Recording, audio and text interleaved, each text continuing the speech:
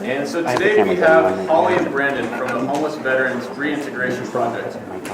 Holly is the program director, a U.S. Army veteran, and also serves as the board of a non-profit called Vet Bikes, where they provide sports bikes to recovering veterans. Brandon is the project coordinator, who is also a U.S. Army veteran, who is currently completing his Master's of Social Work here at the University of Washington. So everyone please welcome Holly and Brandon.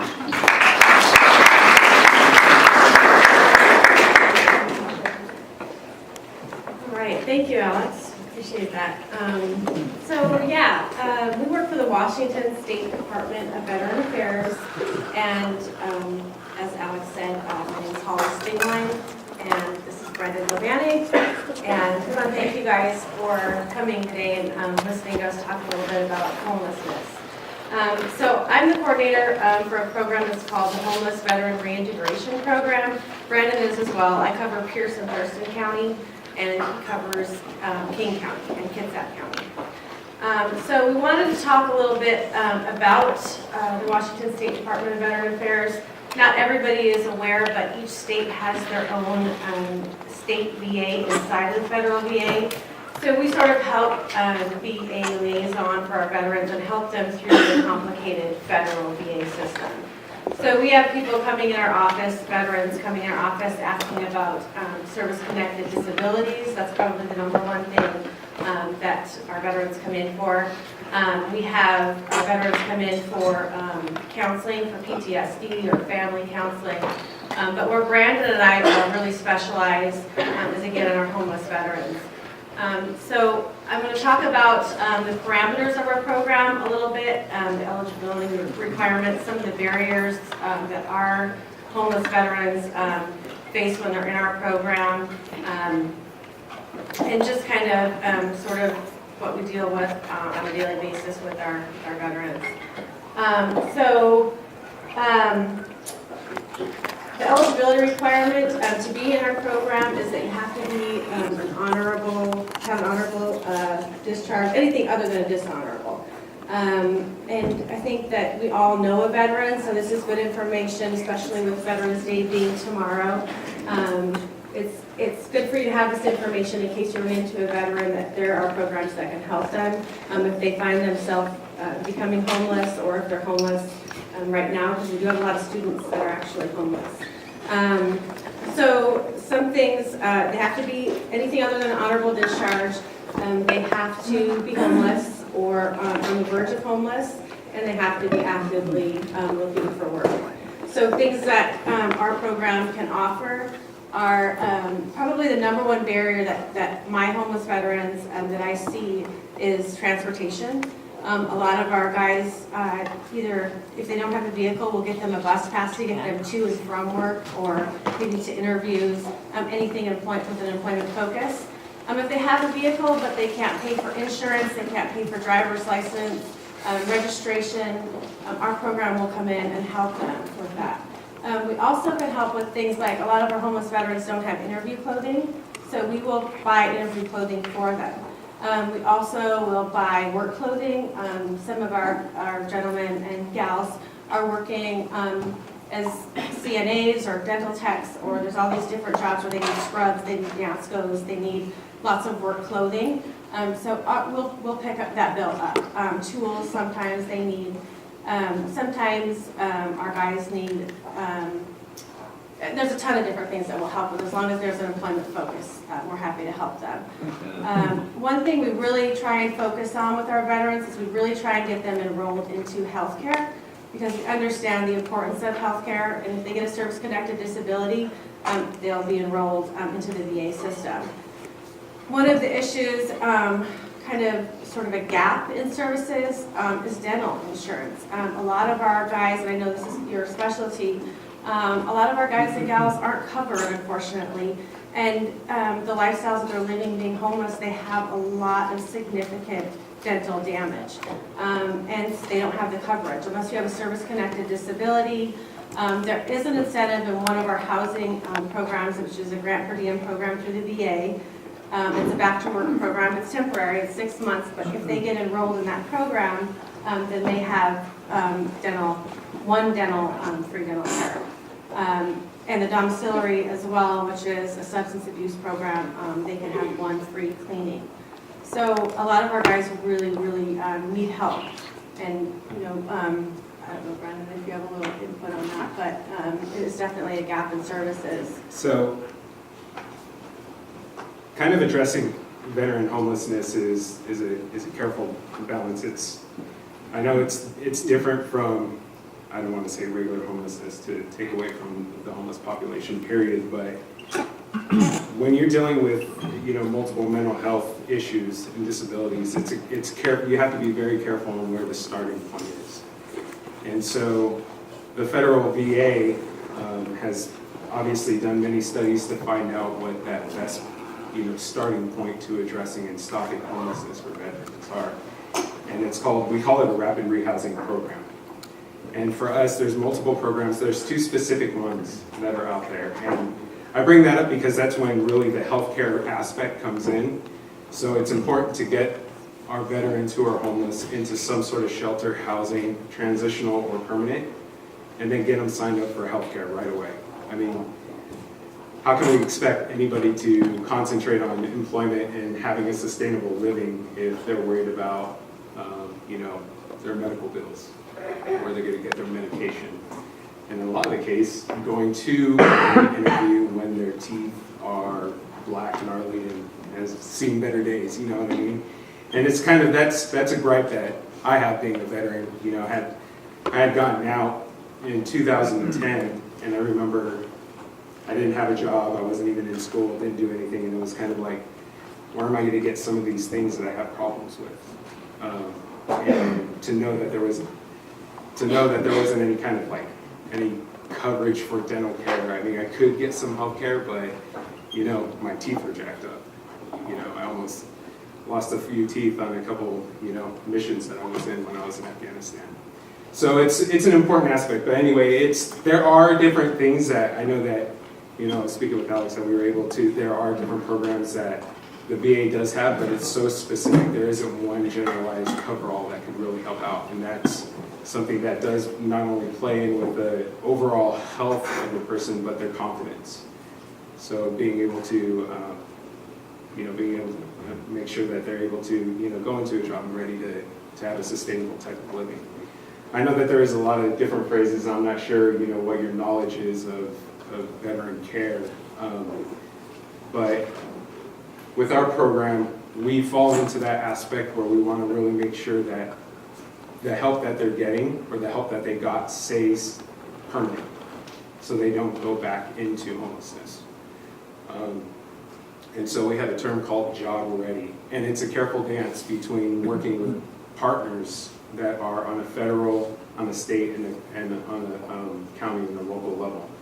I mean, the interesting thing about King County, I'm sure that you guys see it every day. You know, I don't know how many of you live on campus or off campus, but all the various different pockets of homeless encampments, it makes it really difficult for us to identify the actual number of just homeless individuals, let alone homeless veterans. You know, a lot of them are pretty jaded when they get out of the military service, and so they don't want to identify as being a veteran.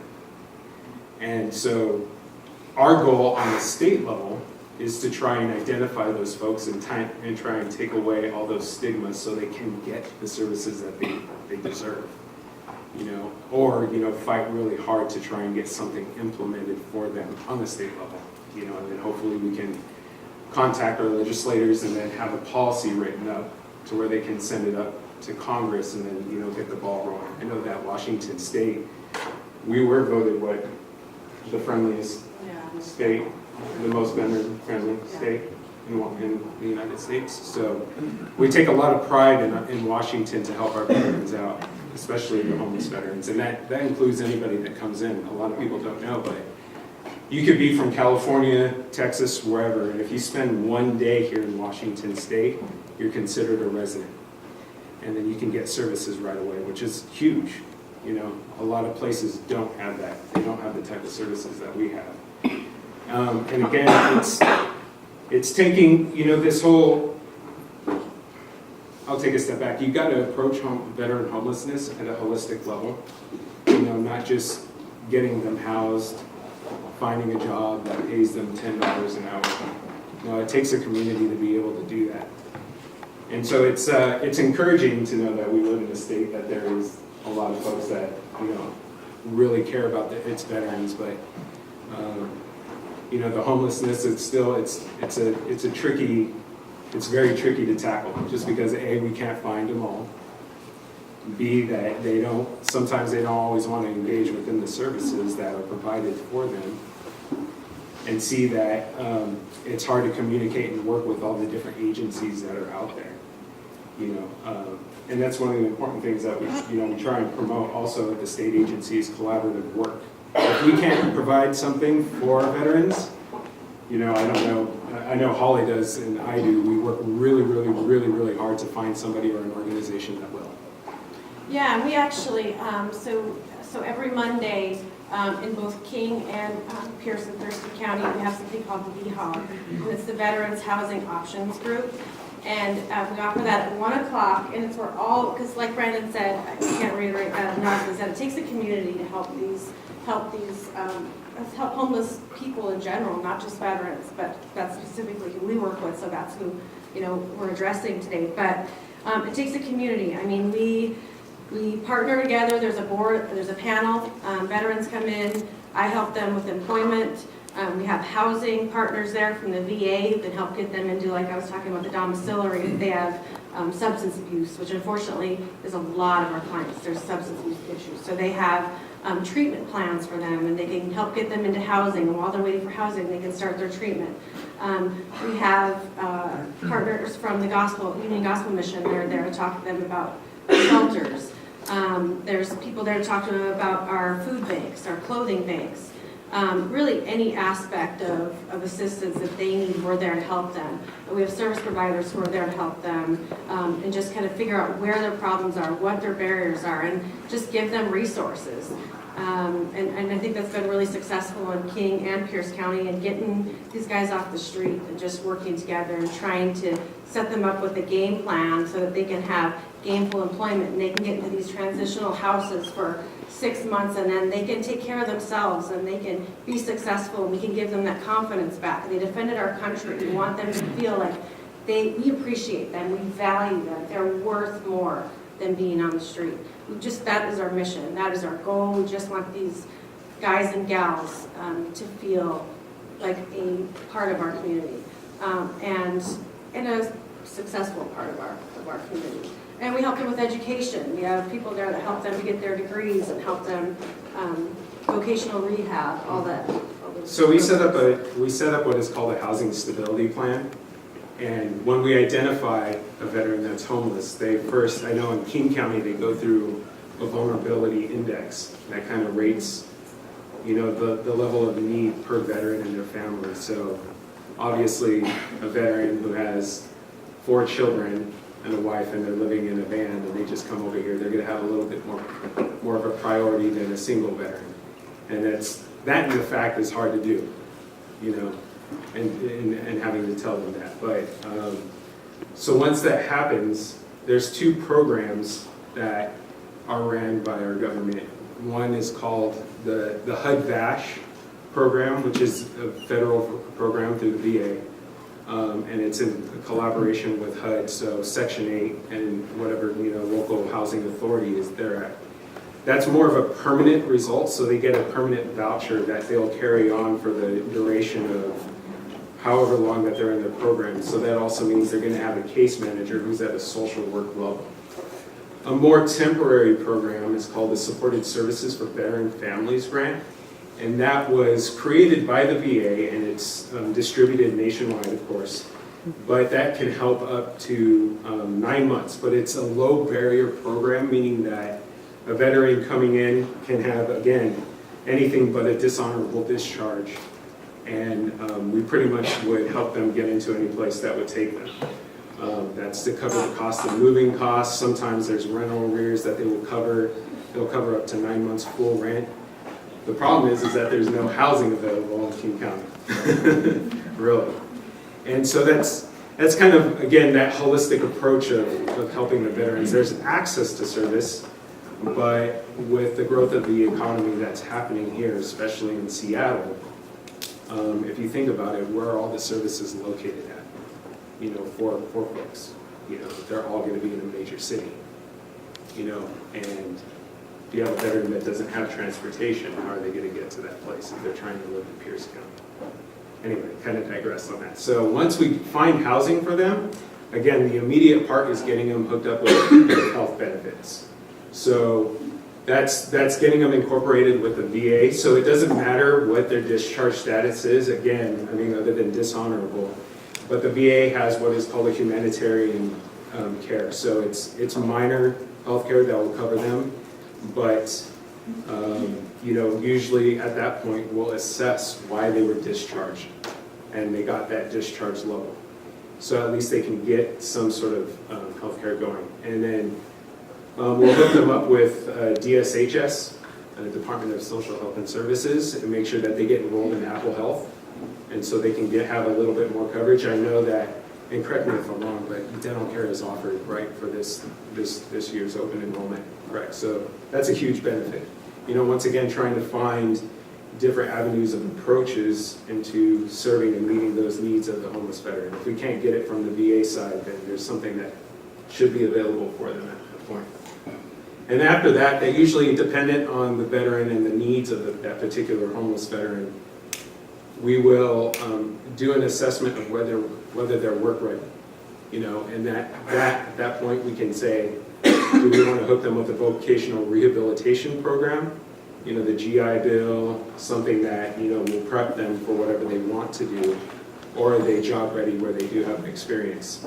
You know, I guess homelessness doesn't really discriminate with, you know, veteran styles. We've seen majors who have been homeless, you know, in the military, and who have, you know, incredible experience and education levels, but still they hit that point, whatever it may be. And so we can, again, do an assessment. Okay, let's see here. Are they ready to move into employment? If they are, that's when they'll intersect with us. So we collaborate with another Department of Labor program called the Work Source program, and they have specific positions called the Disabled Veterans Outreach Program, case managers, and what they do is they build relationships with local organizations, companies, whoever would be willing to work with our veterans. For the Washington State, we have a program called Yes Vets, that if a company is identified by hiring a veteran consistently, and I'm not really sure how to define that, but they will get what's the benefits for Yes Vets? Mm-hmm. I think they're just state recognized as somebody who is actually supporting veterans, kind of putting their money where their mouth is. But and it's on a consistent basis, so we'll work with them, and then once they have either a job identified or they're ready to, you know, really go after full-time employment, then we'll come into the picture and we'll do an assessment of the needs of what will help them become successful in their employment. And there's a lot of, again, it's a careful assessment of the situation. I have a lot of folks who live in Kitsap County and in Bremerton who get great jobs staying or out here in Seattle, but the only places that they can afford or where they're currently living in is in transitional housing out there. And currently to walk on to the ferry one way is $8.20. You know, you times that by 2, or if somebody is lucky enough to have a vehicle and their job is only $15 an hour, I mean, is it really worth it? You know, and it's easy to say, okay, let's try and get them over here to this side by a 700, you know, square foot apartment costing $1,200 a month, not to include utilities, is another barrier. So it's one of those things where, you know, I know that you guys, just thinking outside of the box of what you're doing professionally, kind of just being aware and voicing to your local leaders and your community leaders of, you know, that there's different aspects and variables that really do go into homelessness, period. It's not just the fact that they can't afford to live here in Seattle. It's not just the fact that they don't want to look for a job. Or even if that they have like a mental health issue, which it is prevalent, but that's not always the case. Our 21st century soldiers who are coming out, they do have, you know, they do have prospects. Some of them are smart enough to come right into the University of Washington. But again, their GI Bill is very limited, and that's only for a specific period of time during the school year. It doesn't cover 12 months out of the year. It only covers whenever school is actively in. And so things like having, you know, just more access to housing is really important, really, really important. And it starts at a community level, I think. And I think, you know, for King County, they've done wonderful things in terms of really establishing that and trying to make headway with that, but there's a lot of room for growth. And you know, we face unique challenges because we do actually have states that send their veterans over to us. Yeah, we have the reputation that we have of helping our veterans, of being the most veteran-friendly state. They are sending their veterans here, and we're just running out of housing. And we have landlords who sign contracts with us and decide that they no longer want to partner with SSVF or with HUD Basham and lose the housing.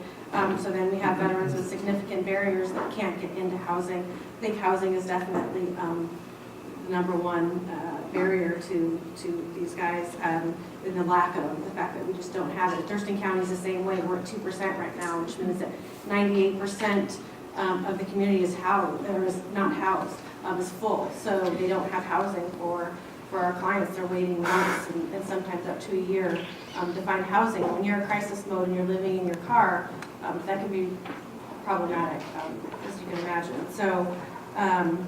I think currently, so each county keeps a running list of all the veterans that they do encounter that are homeless.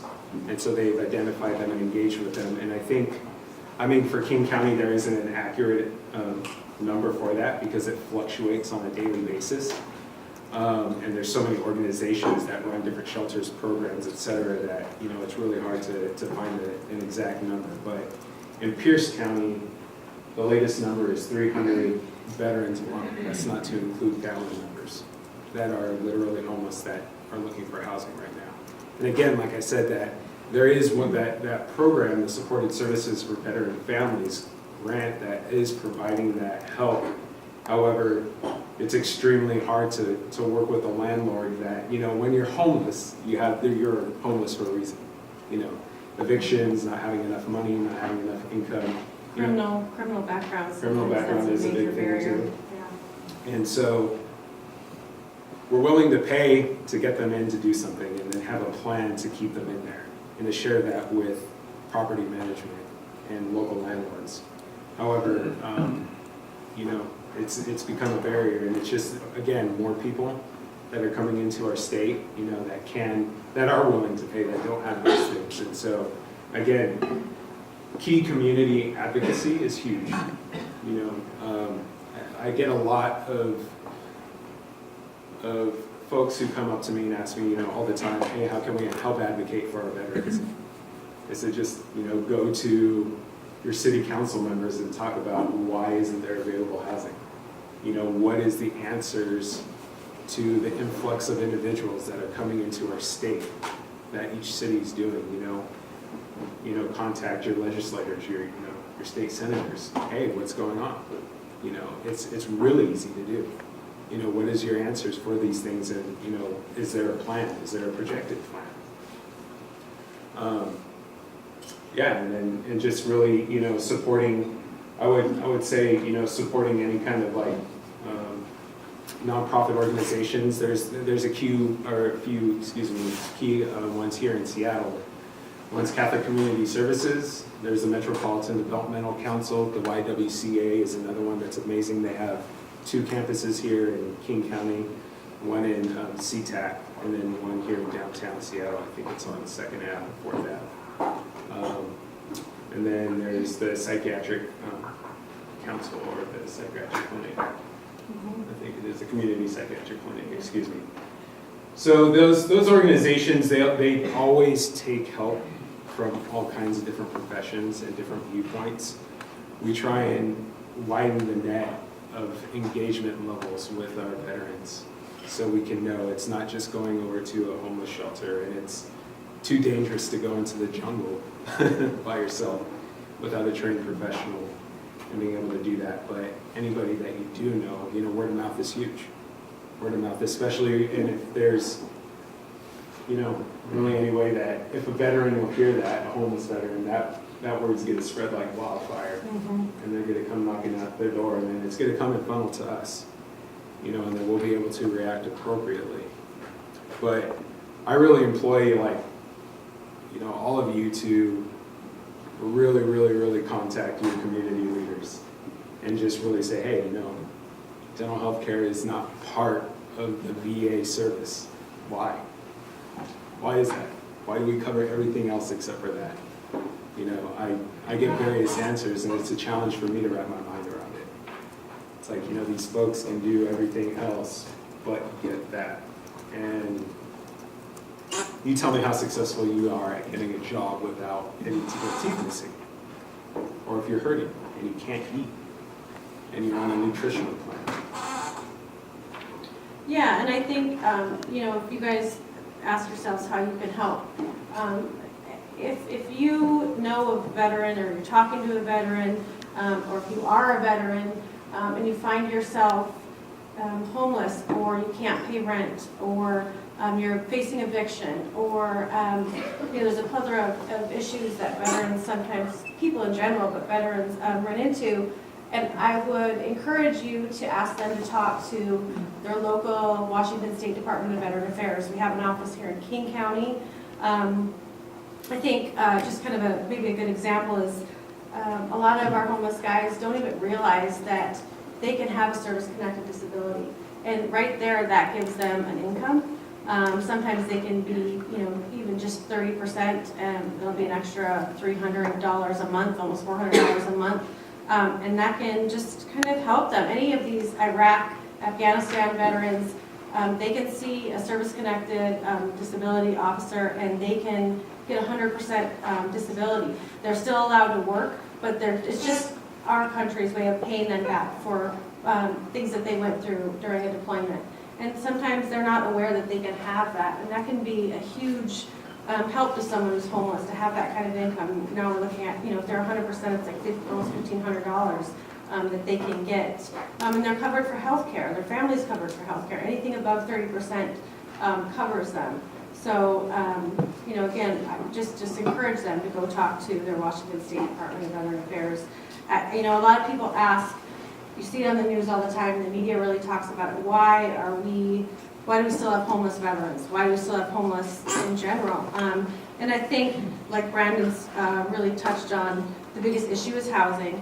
But I talk to social workers all the time. I'm a social worker. I don't deal with housing specifically. I mean, all my veterans have to be homeless, so I have partners in the community that do deal with housing. But mental illness is a huge issue right now, and the VA is working hard to try and address it. But sometimes our homeless veterans are okay with living in the woods, and we struggle with that sometimes. It's been really hard for me to grasp that, because sometimes you can offer these guys housing, you could get them a job, but they fall back, unfortunately, into this cycle of wanting to live on their own and not have the government involved. And that's been a really frustrating struggle for me to understand. But I guess my point is that sometimes people don't necessarily want to be helped, and that can be a really frustrating task to handle. But those who do want to be housed and do want help and do want to get off the street, and it breaks my heart, those who have families, and we want to help them. We do everything we can. We have programs. Our program specifically can't help pay for housing. We have a VIP program that will help any Iraq or Afghanistan honorably discharged veterans. Kristen is amazing in our office. She will help, and she covers the whole state. So if you find someone who says, look, I'm facing eviction, I can't pay my rent, call our local office. It's in Olympia, and have them just say, look, I'm facing homeless, I'm about to be homeless, my family's going to be on the street, and we have programs that can help.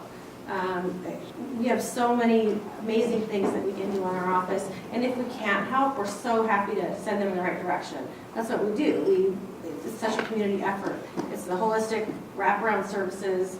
approach that we just stand by. I mean, we have to ask our partners in the community for help. Do you have a question? Yeah, so in other states that are sending their veterans here, do they not have those services? Are they less funded, or is it a weather issue? Are the people less willing to see the veterans in, what makes our state be so popular? Is it the services? Is it the weather? Is it the kindness of the people? It's all of the Gosh, I was above. going to say all the above. All of the Yeah, above, really. yeah. I mean, the biggest thing that we see is that a lot of these different states, they obviously their communities tackle homelessness differently. So some communities, I'm not sure if anybody's heard the term reaching a functional zero of homelessness. What does that mean? That means that at any given time during the day, a homeless veteran will have a place and a bed and a roof to go to at night to sleep in. So, for example, Houston, Texas reached that in 2013, I believe. And what they did was they took that count of that, when I mentioned a master list of all the veterans that were identified through whatever means, and they used their funding to build units there, and then they were able to house folks while having some funding for it was more of like a transitional home. It was a long term, I think it was 2 years long, and so that they were able to help get them stabilized medically, mental health, et cetera, and then have them transition into permanent housing. So that was one way of doing it, but that's, again, they didn't have the fluctuation of individuals going into their state like Washington State does.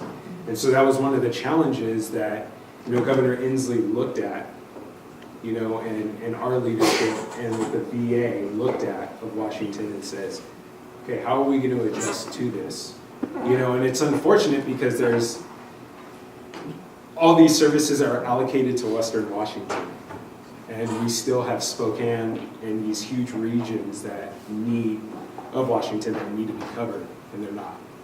And so there is a lot of, gaps that are left in the service. But, to make the answer parsimonious, yes, it's because there is a lot more access, and I just feel like, again, we have a lot of people who really care. I mean, we have a naval base here. We have Fort Lewis, we have Lewis McChord, and that's the second biggest military installation here in the United States besides Fort Hood, Texas. And so we have a wonderful community of active duty and veterans here, but still it's kind of, so that kind of makes it more appealing to us. And I think the weather a little bit, I guess, but Yeah, and our program specifically, we have documented success. We are funded by the Department of Labor. That's how we get our grants. So everything is documented, regulated, and anybody can look at our statistics. Our program is very successful. We do a really great job at getting our veterans hired, setting up that sustainability plan, and just getting them successful and back out into our community. So I think that's a huge part of it too. I mean, And I mean, it's the economy, having more, access to employment. There was, everything that's happening with Amazon and some of the job opportunities that they provide. They do a lot for the veteran community. They have a lot of temporary positions that can lead into hire more permanent positions for our veterans. That's just not seasonal work, and they pay pretty decently. Compared to, other companies. I mean, I did a lot of study of Seattle compared to Los Angeles, and that was that actual challenge right there, is that there just wasn't a lot of jobs. They didn't have jobs and they didn't have housing. And so it's kind of, again, covering those gaps of being able to really, you learn from other states and try and come up with, a more comprehensive working model of attacking homelessness. But again, it's very, very, very contingent on the county, the region, and, the type of veterans that are there, In Spokane, our veterans like to live remote, and it's harder to identify them, where they're at. They want to be isolated, which is a key aspect of PTSD, is isolation and wanting to be away from everybody. So It's harder to identify that and justify having funding there. I also have another question. Are the dental needs mostly pre-existing or acquired during service? If they're acquired during service and documented, then it is a service-connected disability, and they will get dental care. That doesn't happen very often. Because they usually try and take care of that during their active duty service. So they'll identify that and then they'll get the dental work taken care of right away. And usually part of exiting the military, you go through this health assessment and then they'll identify any other health needs that you would have before they release you. And they give you your discharge paperwork. So that's usually doing a final dental checkup, getting any cavities, et cetera, filled and different things like that. So And it's then they let you go. really difficult to get that service-connected disability. They really Right. don't want to have to pay for you for life. So, I think if I could just say that it's once they get out and they end up homeless and they're on the street and their hygiene's horrible, they're eating horribly, that's really when their teeth, that lack of care, hygiene is when it gets really bad, it gets problematic. But the great thing is that the VA is really taking that into example. So things that are not directly related, so it's comorbid, if you will. Like if you have PTSD and you're not wanting to engage with any type of provider, and part of the after effect is that you have bad teeth because you don't have good hygiene. They're going to take a look at that and say that's part of the problem. And so you're able to get care for that. So they're trying to make headway doing that, but that's going to be that's another challenge for, our Congress to determine whether that's going to be with it or not. Yes, sir. You mentioned going out into the jungle and all kinds of other stuff. We do a lot of outreach here. Do you guys have field operators that you go to outreach events to have on hand so that if we run into veterans, we can kind of work with you guys and just send them straight to you at some of the events that we plan or coordinate? Or do we just have to give them a card and say, and hope they contact you guys? No, it really at that point, we do have folks, and you can contact us, and then we'll reach out to the appropriate community partner that can give the immediate or address the immediate needs right at that point, and then we'll go from there. But again, it's dependent on the level of engagement that the veteran wants. That's one of the things that we do care about greatly is, okay, does the veteran actually want our help with this? As painful as it can be, And we can give you some of our cards and some of our contact information if that helps. And you could just call us and say, hey, I've got this veteran. You can tell us where he is, give us all the information, and we'll do our best to get somebody there to help. Because a lot of times, as you know, you can give them a card, and they won't follow through. So we're more than happy to at least address it and look into it and try and help however we can. So we can give you that contact information. Yeah. How long does it take to get someone situated in a job? I know you said they have a 6-month period to find a job. And what percentage of those people in that program end up finding jobs? So Variable. yeah, it's dependent on county. So the time rate of that every housing group has to getting a homeless veteran house is 90 days. So they have 90 days to have them placed in the house permanently. And then from that point, when they engage with us, again, it depends on what level of job ready. Stay in that job can be a little bit difficult. They can keep it for up to a year, it seems like, and then sometimes they can kind of come back to me and say, look, I need a little bit of help. And we can re-enter them into our program and try and help them again. And typically, if they have to come back a second time, we work really hard to find them, adjust accordingly, find them a better job, figure out what the barriers were. But typically our guys and gals are very successful because we can do some kind of, sometimes we'll do training. A lot of our guys who are truck drivers, they've been doing this 5 years and doing really well. One of my first veterans I ever had has his own home, he's got a family, he's living in the woods by our office, and he's doing amazing now. So I think 80% is a really good, and that can fluctuate. Sometimes, it's all recorded data, so sometimes it's higher, sometimes a little bit lower, but I feel like that's pretty high. I feel like we're doing a pretty good job. Does that answer your question? Yeah. I also wanted to know how much is the government willing to compensate for people that do have housing available for veterans? I'm not sure I understand what you're asking. Like, if you were saying like a $700, apartment in Seattle plus utilities is, that's hard to cover for somebody. And I was wondering how much do they normally cover for someone who's trying to find housing? So they have the Section 8 housing. As far as just if they find a home, will the government pay for it? You're saying what's the limit, what's the threshold of rent?